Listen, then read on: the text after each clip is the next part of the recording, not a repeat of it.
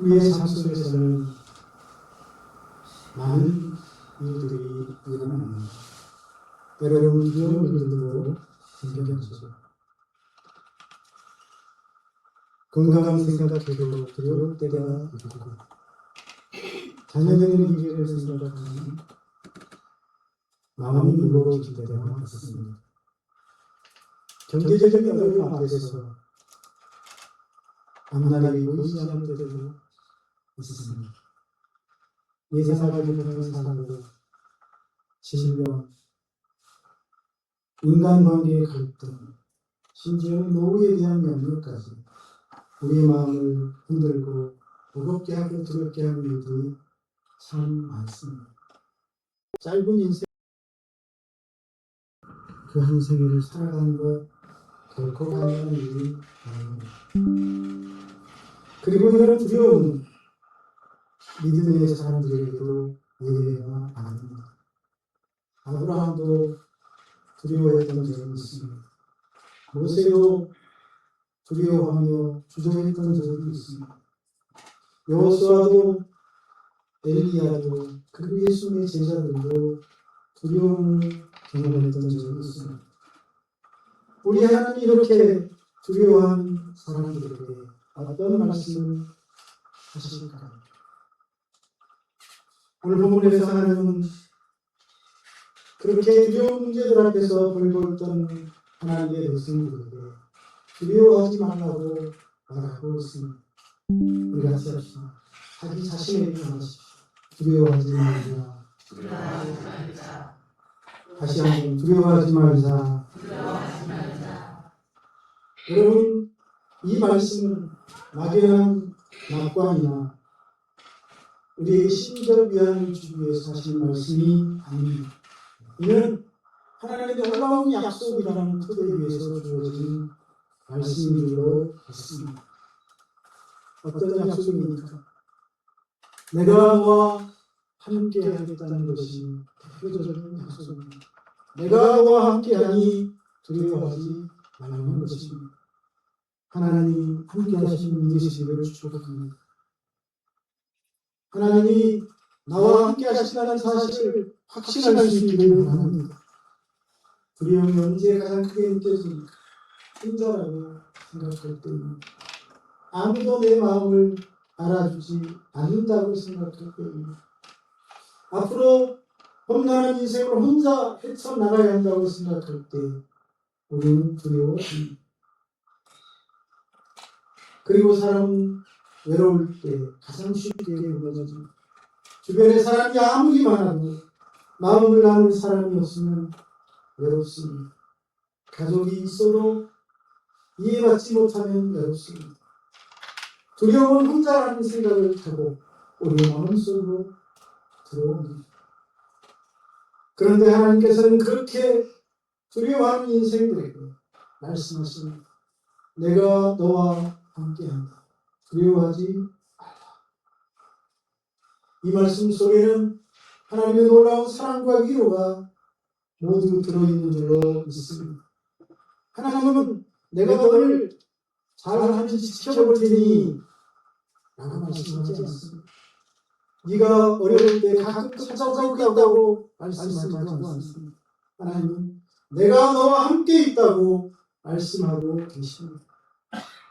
이것은 하나님의 사람들에게 주시는 가장 큰 약속인 것입니다.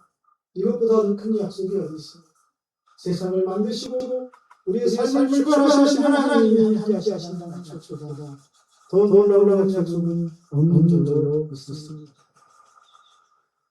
성경 처음부터 끝까지 하나님께서 함께 하시는 이야기, 함께 하시는 하나님에 대한 이야기로 가득 차 있습니다. 에덴 동산에서는 하나님이 아담과 함께 동산을 걸으셨죠. 노아와 함께 하시고 세상을 멸망시키는 그 소송 속에서 그의 가족들을 지켜주셨습니다. 또한 하나님은 아브라함과 함께 하셔서 약속의 길을 같이 걸으셨고 하나님은 요셉과 함께 감옥에서도 역사하시고 일하시는 줄로 믿습니다. 뿐만 아니라 하나님은 모세와 함께 바로 앞에 서셔서 자기 백성들을 그의 손에서 구원하시고 홍해를 가르시고 반석을 쪼개셔서 생수를 내셨습니다. 또한 하나님이 여호수아와 함께 요단강을 끊어 하나님의 백성들로 하여금 그 강을 건너게 하셨습니다. 하나님은 다니엘이 사자굴에 던져졌을 때도 그와 함께 하셔서 그를 버려두지 않으시고 그와 함께 하셔서 사자의 입을 막으신 줄로 믿습니다. 다니엘의 세 친구가 풀무불 속에 던져졌을 때도 하나님은 그들과 함께 하셔서 평소보다 7배나 뜨겁게 있던 그 풀무불이 그들을 사르지 못하도록 역사하신 줄로 믿습니다. 이처럼 성경은 함께 하신 하나님에 대한 이야기로 가득합니다. 성경을 읽다 보면 하나님께서 사랑하는 사람들에게 고난이 없었던 적이 없는 것 같습니다. 그런데 분명한 사실은 그 고난 가운데서 하나님이 하나님의 사람과 함께하지 않은 적은 없었다는 사실입니다. 할렐루야. 이 하나님이 이 한 주간도 저와 여러분과 함께 하실 줄로 믿습니다. 다윗은 시편 23편에서 그 하나님에 대하여 이렇게 말합니다. 내가 사망의 음침한 골짜기로 다니면서도 해를 두려워하지 않을 것은 주께서 나와 함께 계시소. 주께서 나와 함께 계시소. 다윗은 하나님께서 골짜기를 없애주셨다고 말하지 않습니다. 하나님께서 사망의 음침한 골짜기를 피하여 우회하도록 인도해 주셨다고 말하지도 않습니다. 내가 사망의 음침한 골짜기로 다닐지라도 그가 사망의 음침한 골짜기로 들어갑니다. 그러나 혼자가 아닙니다. 하나님이 함께 걸어가십니다. 그래서 다윗은 그 사망의 음침한 골짜기에서 평안과 안전을 얻을 수 있었습니다. 우리도 한 세계를 살아가다 보면 사망의 음침한 골짜기를 지나갈 때가 있습니다. 질병의 골짜기, 경제적인 어려움이라는 골짜기, 자녀 때문에 가슴 아파하고 눈물을 흘리던 그 골짜기, 사랑하는 가족을 먼저 떠나버려야만 했던 슬픔의 그 골짜기 있습니다. 그러나 하나님은 우리를 그 골짜기 홀로 내버려 두지 않으시고 우리와 함께 하셔서 위로해 주시고 우리의 눈물을 씻어 주시고 그 골짜기를 안전하게 지나도록 지켜주신 줄로 믿습니다. 여러분, 하나님께서 함께 하신다는 것은 골짜기가 없게 해주시겠다는 약속이 아니라 골짜기가 있을지라도 떠나지 않고 그 골짜기에서 실족하지 않도록 해주겠다는 약속인 줄로 믿습니다. 이것은 하나님의 백성들에게 주시는 가장 큰 위로의 말씀입니다. 성도들에게 있어서 가장 큰 복은 건강이 아닙니다. 물질도 아닙니다. 형통한 삶도 아닙니다. 바로 하나님의 인재인 줄로 믿습니다. 하나님이 함께 하시니 가장 큰 축복인 줄로 믿습니다. 하나님이 함께 하시면 광야도 길이 될 줄로 믿습니다. 하나님이 함께 하시면 감옥도 호텔보다 더 편안한 장소가 될 줄로 믿습니다. 하나님이 함께 하시면 눈물로 지새운 밤이 찬송의 밤으로 바뀌게 될 줄로 믿습니다. 그리고 함께 하시겠다는 이 약속은 예수 그리스도 안에서 완성되었습니다. 예수님의 또 다른 이름이 임마누엘 아닙니까? 하나님 우리와 함께 계시다는 뜻입니다. 예수님께서는 십자가에 못 박혀 죽으시고 부활하신 제자들에게 마지막으로 남긴 말씀도 그것입니다. 볼지어다 내가 세상 끝날까지, 언제까지? 세상 끝날까지 너희와 항상 함께 있으리라. 여기서 항상이라는 말은 기쁠 때만을 말하는 것이 아닙니다. 동정할 때만을 말하는 것이 아닙니다. 믿음이 좋아서 열심을 다할 때만이 아닙니다. 실패했을 때도, 눈물을 흘릴 때에도, 병상에 있을 때에도, 외로울 때에도, 낙심하고 있을 때에도 하나님은 변함없이 함께 하신다는 것입니다. 이 하나님의 약속을 믿으시기를 축복합니다. 내가 너와 함께 하겠다. 이 말씀이면 충분하지 않습니까? 하나님이 함께 하시면 절망 속에서도 소망을 발견할 수 있습니다. 하나님이 함께 하시면 눈물 속에서도 감사하고 찬양하게 될 줄로 믿습니다. 하나님이 함께 하시면 삶의 무너진 자리에서도 우리는 다시 일어나게 될 것입니다. 그러니 환경을 바라보고 실망하고 낙심하지 마십시오. 사망의 심한 골짜기만 바라보고 두려워하지 마십시오. 그 가운데 나와 함께 하시면서 걸어가시는 하나님을 바라보시기를 바랍니다. 하나님은 오늘 또 우리와 함께 하시고 우리의 가정에도 함께 하시고 여러분의 일터 가운데서도 함께 하시고 병실에서도 함께 하시고 오늘 이 자리에도 함께 계시는 줄로 믿습니다. 두 번째 약속은 내가 너를 굳세게 해주겠다는 약속입니다.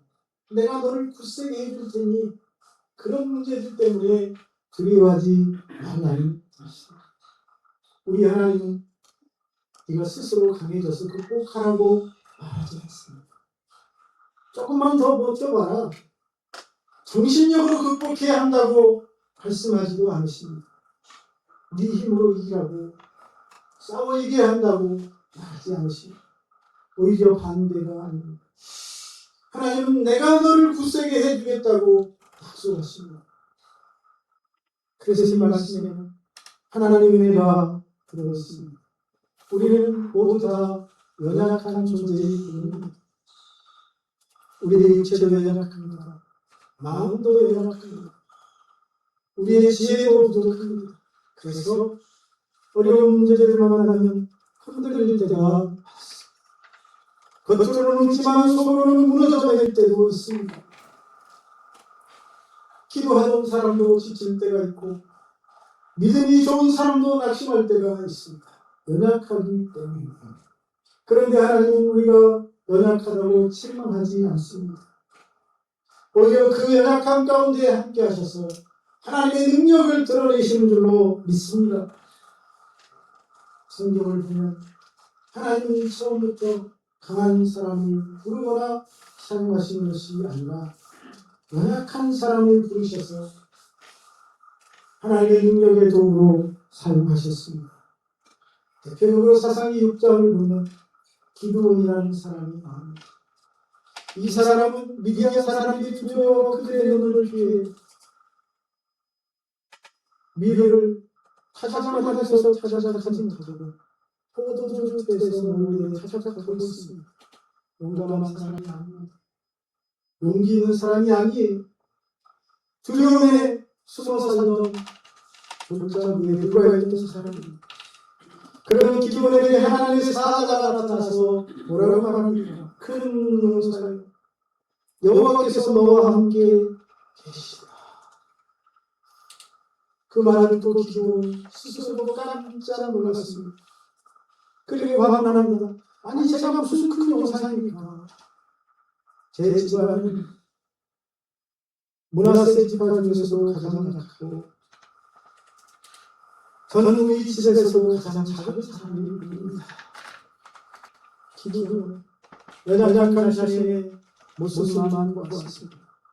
그러나 하나님의 사자는 그의 모습이 아니라 그와 함께 하시는 하나님을 보고 그와 함께 하셔서 역사하시는 능력의 하나님을 보고 그렇기에 그를 큰 용사라고 부르신 줄로 믿습니다. 큰 용사 여호와께서 너와 함께 계시다. 그런 뜻이 아니겠습니까? 하나님이 기도를 순간적으로 큰 용사가 바꾸신 것이 아니라는 말입니다. 하나님은 연약한 그들을 조금씩 믿음이 자라게 하시고 하나님을 신뢰하도록 이끄시고 끝내는 이스라엘을 구원하는 도구로 세우시고 사용하신 줄로 믿습니다. 그의 인생 가운데 가장 놀라운 장면, 압권이라고 하는 장면, 하나님께서 미디안과 싸우겠다고 달려온 3만 2천 명의 군사를 다 죽여버리고 300명만 남기시거든요. 그거 가지고 싸우라고 하십니다. 왜 그렇게 하셨습니까? 기존이 뛰어났어가 아닙니다. 능력이 있어서가 아닙니다. 그 300명의 위대한 사람이 때문도 아닙니다. 돌아간 사람도 오히려 못난 사람입니다. 그 못난 사람들 300명을 남기신 이유는 승리가 사람의 힘이 아니라 능력의 하나님 때문을 그들과 하여금 체험하고 깨닫도록 하기 위한 줄로 믿습니다. 그들 스스로 우리를 구원할 수 있는 하나님이시라고 고백하고 찬송하도록 하기 위한 줄로 믿습니다. 그래서 하나님은 연약한 자를 부르시고 사랑하십니다. 기도원이 강해서 승리한 것이 아닙니다. 그의 지혜가 뛰어나서 승리한 것이 아닙니다. 하나님이 그를 굳세게 하셨기 때문인 줄로 믿습니다. 이 한 주간도 하나님이 저와 여러분을 굳세게 해주실 줄로 믿습니다. 이 대목에서는 생각나는 사람이 또 한 사람이 있습니다. 다윗이라는 소는 골리앗 앞에 선 어린 소년 다윗. 누가 보아도 약해 보이는 상대가 되지 않는 사람입니다. 사울왕도 뜯어 말립니다. 너는 그와 싸울 수 없다. 저 사람은 태어나면서부터 영사고 너는 그의 상대가 되지 않는다. 싸움 나가려거든 내가 갑옷과 칼을 줄 테니 가지고 한번 나가봐. 하지만 다윗은 그 칼도 갑옷도 다 벗어버립니다. 그에게는 칼도 창도 없습니다. 오직 물맷돌 5개만 들고 싸우러 나갑니다. 다윗이 뛰어나기 때문이 아닙니다. 다윗에게는 세상이 알지 못한 것이 있었습니다. 하나님을 향한 믿음. 골리앗을 향해 담대하게 외치는 그 외침 속에서 그 믿음이 그대로 드러납니다. 너는 칼과 창과 단창으로 내게 나아오느냐. 나는 만군의 여호와의 이름으로 내게 나아가노라. 할렐루야. 함께 하시는 하나님을 다윗이 이끌었던 것입니다. 사람들은 골리앗을 보았습니다. 다윗을 보았습니다. 하지만 다윗은 하나님을 보았습니다. 골리앗 앞에 서서도 하나님을 보았습니다. 사람들은 다윗의 힘과 기술, 골리앗의 힘과 기술을 비교하고 계산합니다. 그러나 다윗은 전능하신 하나님의 능력을 믿었습니다. 다윗 스스로도 자신이 골리앗보다 강하다고 생각하지 않았습니다. 하나님이 나와 함께 하시니 내가 능히 이길 것이라고 고백하지 않습니다. 골리앗보다 하나님이 더 크시다는 사실을 믿고 있는 것입니다. 여러분, 우리에게도 골리앗이 있습니다. 질병이 골리앗이 있을 수 있습니다. 경제적인 어려움이 골리앗이 있을 수 있습니다. 자녀 문제가 골리앗이고 미래 문제도 골리앗이 있을 수 있습니다. 그런 문제만 바라보고 그런 문제만 따져본다면 우리도 역시 낙심하고 좌절할 수밖에 없습니다. 하지만 하나님을 바라보면 용기를 얻게 될 줄로 믿습니다. 믿음은 문제가 작아지는 것이 아니라 문제가 없어지는 것이 아니라 그 문제보다 압도적으로 크신 하나님을 바라보는 것입니다. 그 문제보다 더 강하신 하나님을 신뢰하는 것입니다. 우리 하나님 약한 자를 강하게 하시는 분입니다. 그런 차원에서 우리 하나님은 연약한 자를 들어 강한 자를 무찌르시는 분이십니다. 그 하나님이 지금도 살아계시고 그 하나님이 지금도 저와 여러분과 함께 하실 줄로 믿습니다. 사도 바울이 바로 이 비밀을 깨달았습니다. 그는 자신의 육체에 있는 가시를 없애달라고 3번 기도하지 않았습니까? 그러나 하나님께서는 가시를 제거해 주지 않고 그 대신 이렇게 말씀하셨습니다. 내 은혜가 네게 족하다. 이는 내 능력이 약한 데서 온전하여 지니라. 내 능력이 약한 데서 온전하여 지니라. 바울은 그 말씀을 듣고 놀라운 기도를 합니다. 내가 약한 그때가 곧 강할 때다. 내가 약한 그때에 곧 강할 때다. 할렐루야. 세상은 강한 사람이 훌륭한 사람이라고, 지혜로운 사람이 성공한 사람이라고 합니다. 그러나 하나님을 의지하는 사람이 강한 사람이라고 말씀합니다. 성도의 강함은 자신의 능력에서 나오는 것이 아니라 하나님에게서 나오는 줄로 믿습니다. 하나님께서 우리에게 말씀하십니다. 내가 너를 굳세게 하리라. 이 약속을 믿으시기를 바랍니다. 우리 하나님 지친 심령에게 새 힘을 주시는 분이십니다. 넘어지기를 다시 쉼터에서 일으키 세우시는 분이십니다. 좌절하고 낙심한 사람에게 용기를 주시는 분이십니다. 눈물을 흘리는 사람에게 새 소망을 주시는 분이십니다. 우리는 우리의 힘으로 살아가는 사람이 아닙니다. 우리는 하나님의 능력으로 살아가는 사람인 줄로 믿습니다. 그러니 자신의 연약함 때문에 절망하지 마십시오. 오히려 하나님의 능력을 믿으시기를 축복합니다. 하나님께서 먼저 여러분을 굳세게 인도해 주실 줄로 믿습니다. 우리가 두려워하지 말아야 할 이유는 또 하나의 하나님의 약속이 있기 때문입니다. 참으로 나의 의로운 오른손으로 너를 붙들어 주시겠다는 것입니다. 하나님께서는 내가 함께 하겠다고, 너를 굳세게 하겠다고 말씀하시는 것만 아니라 이제는 너를 붙들어 주겠다고 하십니다. 이 말씀은 하나님의 이 세 가지 약속 가운데서 가장 확실한 약속의 말씀인 줄로 믿습니다. 우리는 때때로 내가 하나님을 잘 붙들어야겠다, 내 믿음이 흔들리지 않아야겠다, 내가 끝까지 충성해야 되겠다라고 결심합니다. 그런 생각도 중요합니다. 그러나 우리의 소망은 내가 하나님을 붙드는 데 있는 것이 아니라 하나님께서 나를 붙들어 주시는 그 손에 있는 줄로 믿습니다. 하나님의 손, 그야말로 강한 손입니다. 세상의 그 어떤 것도 그 강한 하나님의 손으로부터 저와 여러분을 빼앗을 것이 없습니다. 하지만 우리의 손은 약합니다. 우리의 결심도 흔들립니다. 상황에 따라 우리의 마음도 달라집니다. 그러나 하나님께서 붙잡으신 손은 결코 약해지지 않습니다. 변함이 없습니다. 굳이 비유한다면 어린아이가 아버지의 손을 잡고 걸어갈 때 아이의 힘보다 아버지의 힘이 더 강한 것처럼 말입니다. 아이의 손은 아버지의 손을 다 잡을 수도 없습니다. 그 손이 끊어지기 쉽습니다. 그러나 아버지의 손은 아이의 손을 잡고도 남습니다. 그리고 위험한 순간을 놓지 않습니다.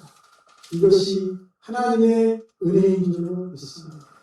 아버지는 위험할 때 오히려 아이의 손을 더 꼭 쥐고, 그리고 더 위험할 때는 아이를 안고 걸어가지 않습니다. 우리 하나님이 바로 그런 분이십니다.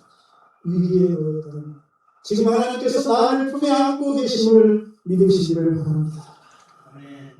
성경에서 하나님의 뜻심을 가장 잘 보여준 사람이 있다면 다니엘일 것입니다. 다니엘은 하나님 앞에서 믿음을 지키는 사람입니다. 그는 나라가 멸망하고 바벨론이라는 낯선 땅에 포로로 끌려와 살아야 했습니다. 거룩한 하나님의 백성이었지만 하나님을 믿지 않는 세상 한가운데서 고통스러운 삶을 살아야 했습니다. 하지만 다니엘은 환경 때문에 믿음을 버리지 않습니다. 그리고 지엄한 왕의 명령보다 하나님의 말씀을 더 중요하게 여겼던 청년이었습니다. 그 결과 그는 결국 사자굴에 던져진 위기를 받습니다.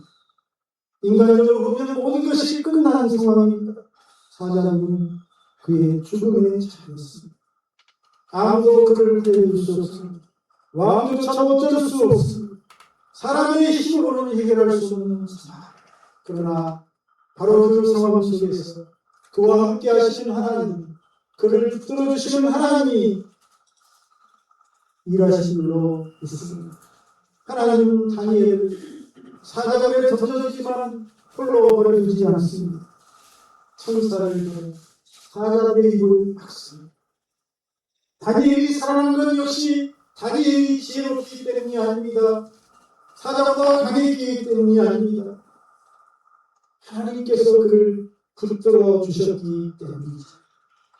사람은 다니엘을 시기하여 사자굴에 던져놓았지만 하나님은 사자굴 속에서도 다니엘을 지키신 줄로 믿습니다. 사람이 가는 것은 하나님이 여신 것입니다. 사람이 포기한 자리에서 하나님은 새로운 역사를 시작하셨습니다. 하나님의 손이 어떤 손입니까? 의로운 손이라고 부르는 말합니다. 나의 의로운 오른손으로 너를 붙들어 주리라. 또한 하나님의 손은 능력의 손입니다. 홍해를 가르신 그 손, 이스라엘 백성을 광야에서 인도하신 손, 어린 다윗으로 골리앗을 무너뜨리고 승리하게 하신 손, 다니엘을 사자굴에서 지켜내신 크신 주인 줄로 믿습니다. 그러나 더 중요한 것은 하나님의 손이 사랑의 손이라는 것입니다. 예수님께서는 십자가에서 우리를 붙드시기 위해 자신의 두 손을 내주셨습니다. 우리를 사랑하셔서 그 손에 못을 박으셨습니다. 하나님은 우리가 하나님을 떠났을 때도 포기하지 않으셨습니다. 우리가 죄 가운데 떨어졌을 때도 외면치 않으시고 찾아오신 분이십니다. 우리가 넘어질 때 다시 우리를 붙잡아 일으켜 세워주십니다. 그 사랑의 손, 지금 저와 여러분을 붙들고 계십니다. 믿으시기를 축복합니다. 나를 붙들고 계시는 이 하나님을 바라보시기를 축원합니다. 사랑하는 여러분, 하나님은 오늘도 우리에게 말씀하십니다. 두려워하지 말라. 이 말씀은 그냥 하신 말씀이 아닙니다. 하나님의 놀라운 약속 위에 주어진 말씀으로 있습니다. 어떤 약속이었습니까? 내가 너와 함께 있다. 큰 두려워하지 마. 내가 너를 굳세게 해주겠다. 내가 너를 붙들어 주겠다. 이제 우리의 시선은 우리에게 두려움과 공포를 주는 현실이 아니라 우리에게 약속하시는 하나님께 향하기를 바랍니다. 이번에는 어떤 상황 앞에 서든지 하나님이 나와 함께 하심을 믿으시기를 축복합니다. 함께 하시는 하나님, 지친 마음에 세임을 주실 것입니다.